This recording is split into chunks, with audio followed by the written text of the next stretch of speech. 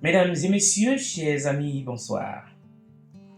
Moi, c'est René Tank, l'un des fondateurs de la structure Afrique Excellence. Pour ceux qui ne le savent pas, Afrique Excellence est une organisation non gouvernementale, apolitique et laïque qui a été créée par un groupe d'Africains honnêtes qui ont réussi chacun dans son domaine des compétences et ont compris l'importance de se mettre ensemble dans un esprit de synergie afin de devenir plus efficaces, plus compétitifs et compétents à grande échelle. Et la mission simple, apporter l'intelligence et l'excellence africaine au service du monde et au profit des citoyens. Elle a 6 objectifs principaux. En premier, la formation.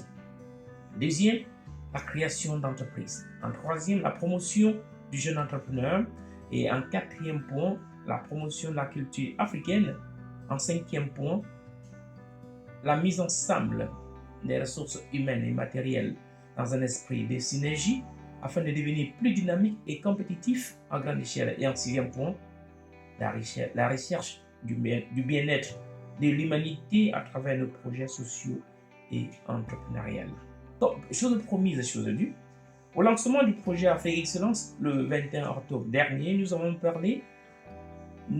promis que nous devions apporter sur cette chaîne des projets de grande envergure qui nous permettront de changer les narratifs. L'homme africain n'est pas respecté. L'homme africain n'est pas valorisé. Et pourquoi? Tout simplement, d'après Excellence, parce que nous ne prenons pas de grandes actions. Il est question qu'à partir de maintenant, que nous prenions des grandes actions afin de démontrer que nous sommes capables de faire quelque chose. Et je vous prierai de regarder cette vidéo jusqu'à la fin, puisque c'est la dernière partie, la partie chiffrée, qui vous permettra de savoir si vous pouvez vous abonner à ces projets précis ou pas. Et si vous ne pouvez pas vous abonner à ces projets précis, il y a beaucoup d'autres projets qui viendront. Donc, si celui-ci n'est pas pour vous, il n'en devient pas moins vrai que d'autres projets pourront vous intéresser et vous pouvez bien évidemment investir.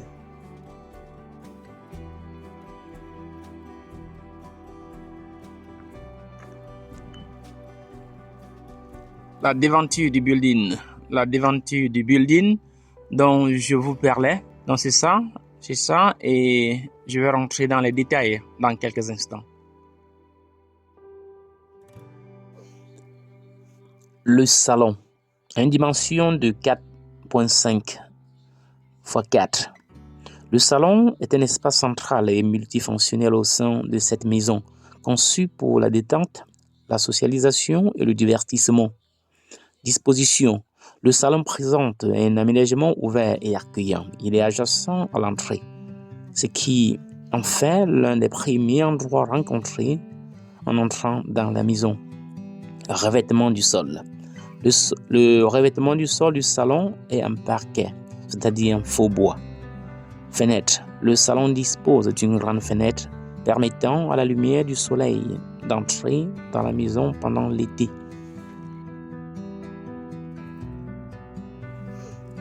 La cuisine. Disposition. La cuisine est équipée d'un plan de travail en forme de L et d'un bar à café. Cette disposition est organisée de manière à optimiser le flux de travail et l'efficacité avec des éléments clés stratégiquement placés. Cet espace offre une surface de travail pour la préparation des aliments. Les armoires. La cuisine est équipée de nombreuses armoires de rangement, y compris des armoires supérieures pour la vaisselle et les verres, des armoires inférieures pour les casseroles et les poêles, et des tiroirs pour les ustensiles. Les appareils électroménagers. Ces appareils de cuisine sont équipés d'une cuisinière, d'un four, d'un réfrigérateur et d'un lave-vaisselle. La ventilation. Un système de ventilation est installé au-dessus de la zone de cuisson pour éliminer les odeurs de cuisson et assurer une bonne circulation de l'air. Revêtement de sol.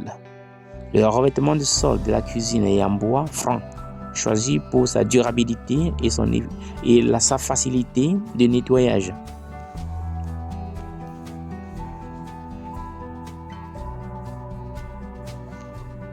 chambre du propriétaire. Avec une dimension de 380 x 380, la chambre principale est la plus grande chambre de la maison, offrant suffisamment d'espace pour un espace de couchage confortable et des meubles supplémentaires. Il y a un petit rangement dans la chambre qui peut être converti en salle de bain, attenante pour la commodité et l'intimité du patron des lieux. La chambre dispose d'une grande fenêtre et qui peut être couverte de rideaux pour assurer l'intimité et le contrôle de la lumière. Cette pièce est assez grande pour accueillir une chaise confortable, une causeuse ou un petit canapé, offrant un espace confortable pour la lecture et la détente. La petite chambre, 2,80 x 2. La petite chambre à coucher ou une salle de loge est un espace compact qui nécessite une attention particulière en termes de conception et d'aménagement pour maximiser la fonctionnalité et créer une atmosphère confortable. Fenêtre. Cette pièce a une fenêtre pour permettre à la lumière naturelle d'entrer, ce qui aide à créer l'illusion d'un espace plus ouvert et aéré. Toilette, 2 mètres x 1,20. La toilette est de taille moyenne, également appelée toilette de taille standard ou régulière. Est un accessoire de salle de bain qui trouve un équilibre entre l'efficacité et l'espace et le confort.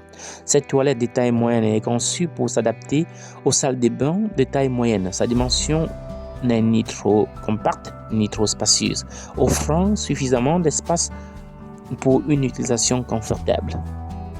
Les murs ou le sol carrelé, ce qui offre une surface durable et facile à nettoyer.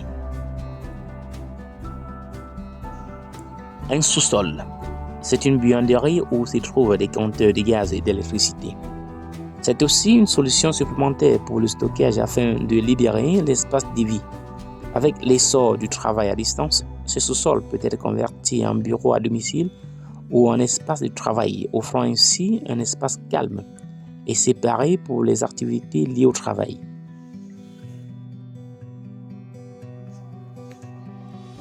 Petite cour arrière.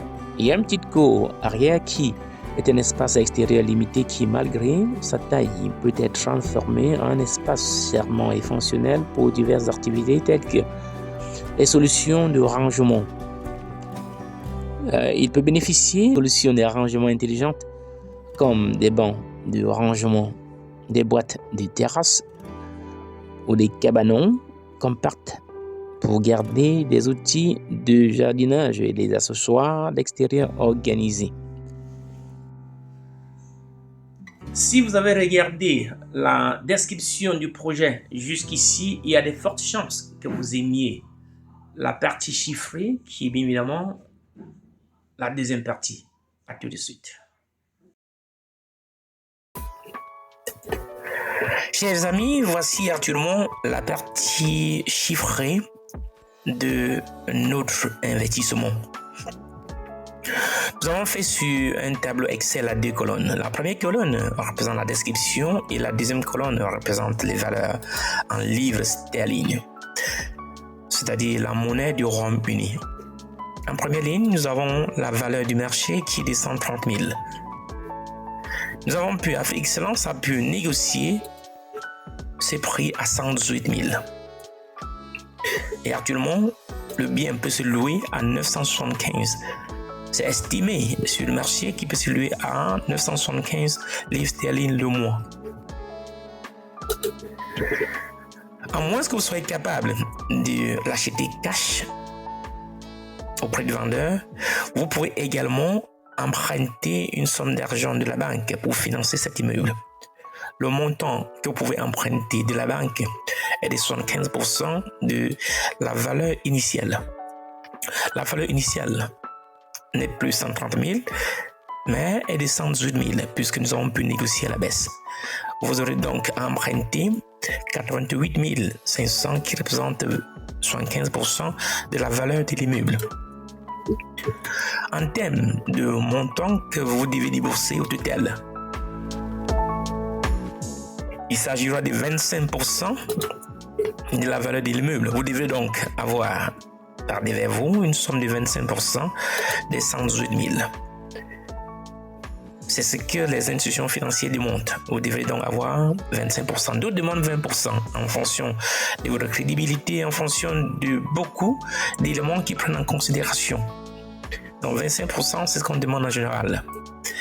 Il faut également prévoir 4% de la valeur de l'immeuble pour payer les impôts à l'État. Je veux dire les taxes à l'État et également payer également les frais du notaire. En termes de rénovation, on n'a rien prévu là parce que l'immeuble est déjà occupé par une dame. Donc c'est déjà loué à une dame, à une famille. Vous pourrez juste négocier les prix du loyer à la hausse et elle pourra continuer à occuper l'immeuble. Et si elle ne veut pas, elle peut purement et simplement libérer votre immeuble et vous pouvez la faire louer facilement. Donc pour un départ, il vous faut 34 220. Donc disons 35 000. Mais le prix exact qu'il vous faut, c'est 34 220. Quand je dis 35 000, c'est au cas où il y a des petites réparations faites, comme la peinture. En fait, pas de réparation, juste peut-être la peinture, des petits trucs à faire. Mais prévoyez 34 220. Avec cette somme, je peux vous garantir, vous aurez l'immeuble. Voilà. Plus bas, nous avons les dépenses mensuelles. Donc, dès que vous avez acquis l'immeuble, voyez actuellement les dépenses mensuelles. Mensuellement, vous devez payer les intérêts à la banque. Le taux d'intérêt que nous avons pu trouver jusqu'à maintenant est de 4,5%. 4,5% de 88 500 divisé par 12, ça vous fait 332 à payer mensuellement à la banque. Nous pouvons négocier pour vous les intérêts seulement à la banque. Ça veut dire que vous n'aurez pas à rembourser le capital initialement emprunté jusqu'à 25 ans.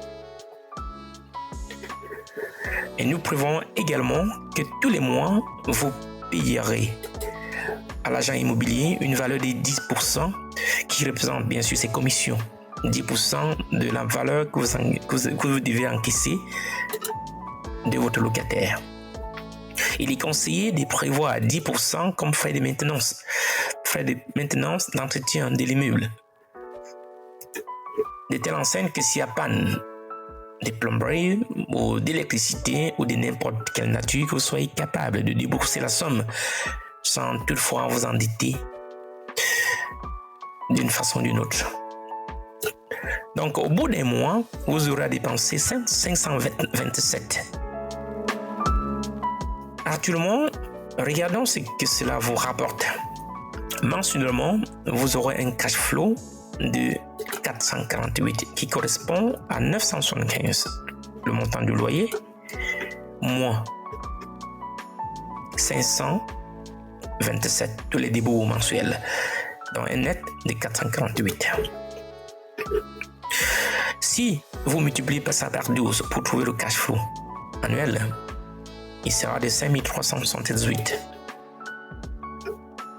soit un pourcentage de 18,23%.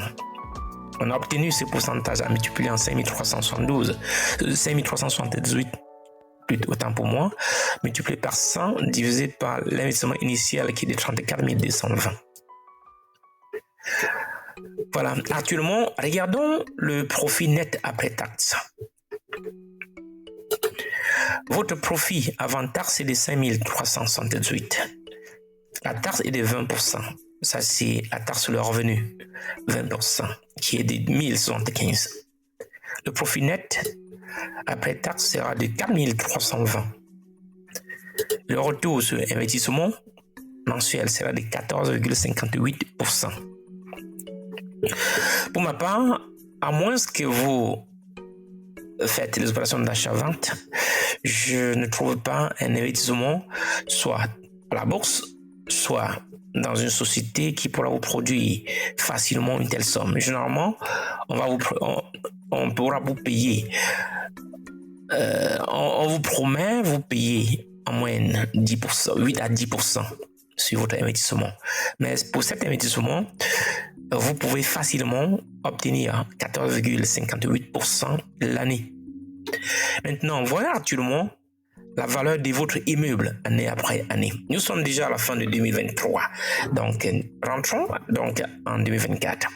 En 2024, vous rentrerez avec un immeuble de 108 000.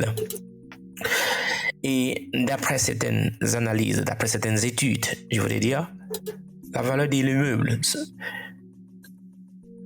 s'augmente. D'après certaines analyses des grandes institutions, des grandes organisations telles que KPMG, PwC, Deloitte, Ernst Young, ils estiment que tous les ans, le prix de l'immeuble s'augmente par en moyenne 8%.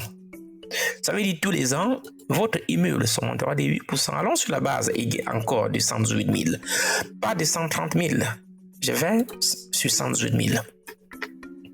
118 000 fois 8%, ça fait 9 440 tous les ans. Dans 2025, vous aurez une augmentation de la même valeur, de 8% de la valeur initiale. 2026, pareil. Allons jusqu'en 2035. En 2035, votre immeuble sera évalué à 231 280. Faisons une analyse en pourcentage ici. Donc, nous sommes en 2035. Votre immeuble est évalué à 231 280. Vous pouvez à ces moments-là rembourser la somme totale empruntée de la banque. Vous avez emprunté 88 500 de la banque. Donc, vous pouvez rembourser ça en totalité. Et je suppose que les 34 220 n'étaient pas votre argent. Je suppose que vous aviez emprunté ça d'un ami ou d'un membre de votre famille. Vous pouvez rembourser entièrement et vous resterez avec 108 560 qui représente un pourcentage de 317%. Bien sûr, vous payerez une taxe au gouvernement de 20% qui est de 21 712 et vous resterez jusque-là avec une coquette somme de 86 848. Soit 253,79%. Et de ces côtés, ça c'était juste un graphique qui montre l'évolution de la valeur de votre immeuble d'année 1 en année 12. L'année 1, c'est l'année 2024 et l'année 12, c'est l'année 2000, disons 36 par là. Voilà. Donc, chers amis, c'était là pour vous l'analyse financière de l'immeuble dont on a décrit plus haut.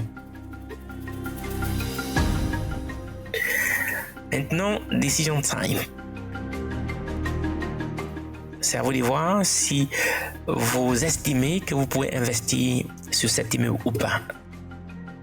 Mais nous, à Afrique Excellence, nous pensons que c'est un investissement qu'il faille à regarder de près. Voilà. Donc, si vous voulez avoir plus d'informations, vous pouvez nous écrire à afriqueexcellence@gmail.com et un membre de notre équipe se chargera de vos répondre.